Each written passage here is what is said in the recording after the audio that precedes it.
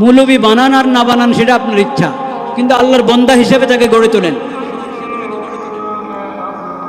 আখিরি নবীর আদর্শ উম্মত হিসাবে তাকে গড়ে তোলেন, একজন আদর্শ ইনসান হিসেবে, আদর্শ মানুষ হিসেবে তাকে গড়ে তোলেন।